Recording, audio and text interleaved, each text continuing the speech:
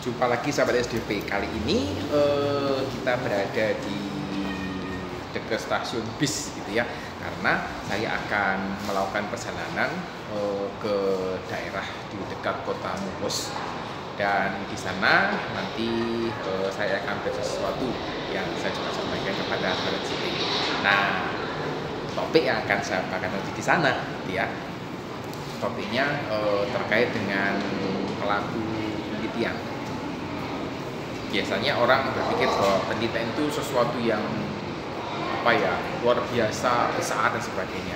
Pertanyaannya adalah apakah seorang bisa mengerjakan penelitian dan seperti apa batasnya, kemudian bagamana hasil kita bisa manfaatkan dan hal-hal apa yang terkait dengan seputar penelitian tadi. Jadi itu yang akan saya bahas, gitu ya.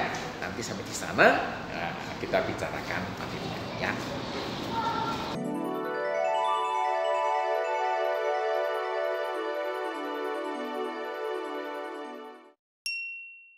Oke, sudah sampai sekarang di Limaninkoski. Daerahnya daerah di namanya Liman gitu ya. Kemudian posisinya ada di dekat kota Muhos di sebuah desa yang kalau diterjemahkan dalam bahasa sini artinya desa rawa gitu ya. Suwokula. Di tempat ini nanti kami akan bersama-sama belajar berbagai tanaman liar gitu ya yang dapat dimanfaatkan untuk dimakan, tetapi juga ada beberapa tanaman yang masih dihindari karena cukup beracun. Nanti akan sampaikan beberapa landscape-nya supaya sahabat bisa menyaksikan apa yang juga saya lihat ya. Kali ini saya berada di satu daerah kira-kira 35-40 km dari kota Oulu yang namanya Limaninkoski. Jadi akan ada aliran sungai yang sangat cepat begitu dan bergabung dengan kegiatan yang namanya Kukapaiva. Jadi hari bunga kira-kira begitu. Nah, saya lanjutkan. Jadi aduh banyak nyamuk. Aduh. Jadi kenapa sih orang mengerjakan penelitian gitu ya? Setidaknya mereka ingin mendapatkan sesuatu yang baru gitu ya. Mendapatkan hal yang berbeda, juga ingin melakukan validasi terhadap apa yang dilakukan oleh orang lain.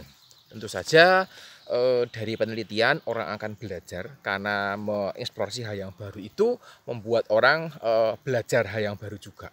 Tapi ada hal lain gitu ya. Kenapa orang melakukan penelitian? Yaitu yang namanya iseng.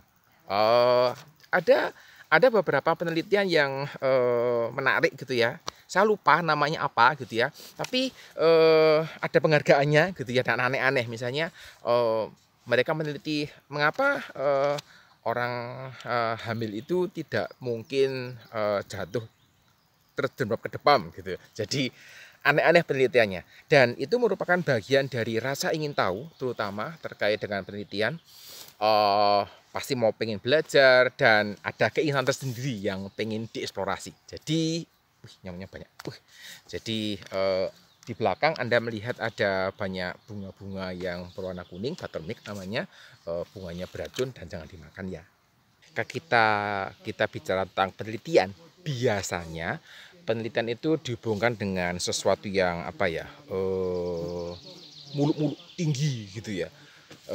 Misalnya berkutat di dalam laboratorium menggunakan peralatan yang canggih, alatnya mahal, menggunakan rumus matematika tingkat tinggi yang hanya dapat diselesaikan dengan superkomputer misalnya.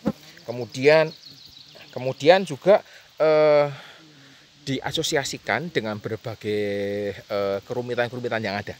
Jadi ketika Dewan bertanya siapa sih yang boleh atau bisa melakukan penelitian, maka jawabannya rata-rata berkutat di sekitar mereka yang punya gelar akademik tinggi, mereka yang punya akses terhadap alat-alat yang rumit, mereka yang dianggap pandai, cerdas, smart, dan seterusnya. Tetapi ketika kita bicara esensi sebuah penelitian, ketika kita bicara tadi terkait dengan pengen belajar, rasa ingin tahu, melakukan validasi, iseng dan sebagainya, maka kata penelitian sendiri sebaiknya tidak diasosiasikan dengan hal yang tadi rumit, alatnya high tech gitu ya, biayanya tinggi dan seterusnya. Sehingga dengan menggunakan batasan yang lebih luas ini, maka kita bisa melihat bahwa sebenarnya penelitian itu dapat dilakukan oleh siapa saja. Apakah sahabat SB mendengar suara sungai mengalir? Nah, memang posisinya sudah dekat dengan sungai, gitu ya. Saya lanjutkan. Jadi sebenarnya perilaku penelitian itu bisa siapa saja, gitu ya. Anak SD pun bisa melakukannya, bahkan mohon maaf yang tidak sekolah pun bisa melakukannya. Artinya memang tidak ada batasan apapun tentang penelitian. Jadi kalau saya boleh menyederhanakan begitu ya, maka sebenarnya ketika kita bicara penelitian itu bahasanya cukup tinggi gitu ya, karena berhubungan dengan research kalau diterjemahkan dalam bahasa Inggris. Tapi kalau kita menggunakan istilahnya apa, percobaan begitu. Nah, maka menjadi lebih apa ya, lebih lunak, lebih enak didengar, lebih nyaman gitu ya, tidak terdengar rumit, tidak terdengar aneh-aneh.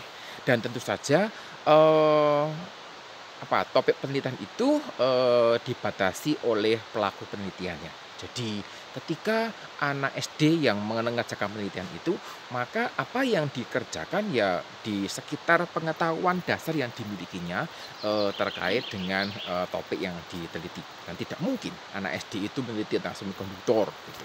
Jadi ada batasan-batasan tertentu yang mesti diperhatikan, dan ini sebenarnya terkait dengan bagaimana kita bisa mempromosikan yang namanya hasrat ingin tahu ini dalam sebuah eksplorasi.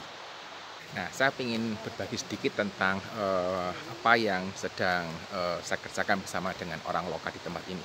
Jadi bersama dengan sebuah asosiasi yang berhubungan dengan alam, kali ini kami berada di sebuah kawasan taman nasional di dekat Kota Muhos, dan kami belajar gitu ya tentang berbagai macam tanaman gitu ya yang ada di alam. Kemudian ya di alam pasti kemudian tanamannya itu bisa dimakan atau tidak. Ini menjadi sesuatu yang cukup menarik gitu ya. Kenapa? Karena sebenarnya ketika orang itu bicara tentang apa yang dapat dimakan, apa yang tidak dapat dimakan, maka itu juga melibatkan yang namanya sebuah percobaan. Kalau tidak menggunakan kata penelitian gitu ya, percobaan. Artinya orang akan mengamati gitu ya, apakah misalnya hewan makan atau tidak gitu ya. Kemudian kalau misalnya hewan akhirnya makan, mungkin tidak beracun, sehingga mereka mencoba mencari rasanya seperti apa. Kemudian nanti kalau misalnya mereka makan terlalu banyak seperti apa. Nah, ini bagian-bagian dari sebuah percobaan yang dilakukan oleh orang di zaman dulu, sehingga mengatakan bahwa misalnya sayur kangkung itu dapat dimakan. Mungkin gitu ya, dulu sayur kangkung yang kita kenal dan kita bilang enak itu gitu ya, dulu ada tanaman liar yang orang tidak mengenalnya. Kemudian karena ada orang yang iseng gitu ya, iseng mencoba untuk mencari tahu, mengamati, akhirnya bisa disimpulkan bahwa ternyata sayuran yang kita kenal sekarang ini dengan nama kangkung itu adalah jenis tanaman yang dapat dimakan dan tidak beracun. Nah, ini adalah contoh contoh percobaan atau contoh penelitian sederhana yang dapat dilakukan dan tidak terbatas gitu ya pada mereka yang dikatakan berpendidikan tinggi, punya gelar, punya jabatan profesor, punya gelar master, doktor, dan seterusnya. Tapi dapat dilakukan oleh siapa saja.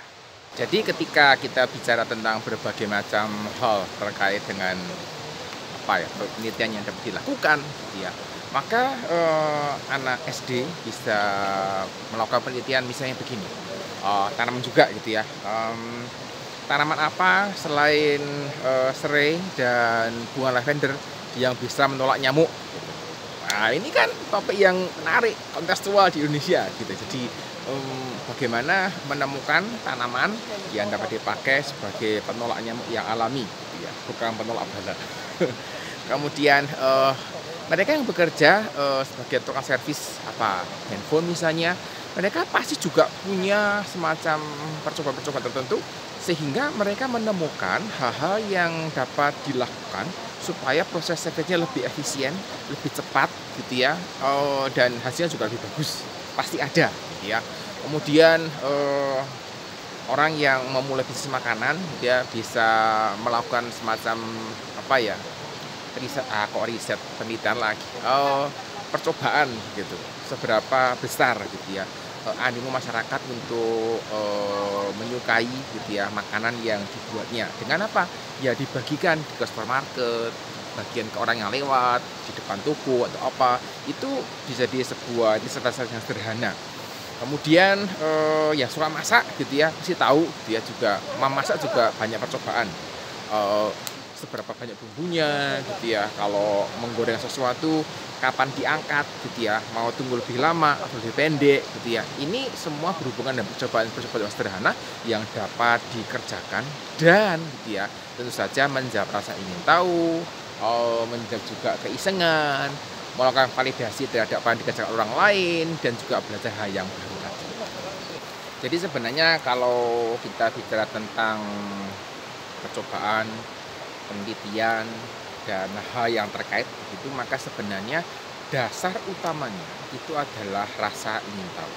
Dan memang kalau kita bicara tentang science itu dari bahasa Latin yang rasanya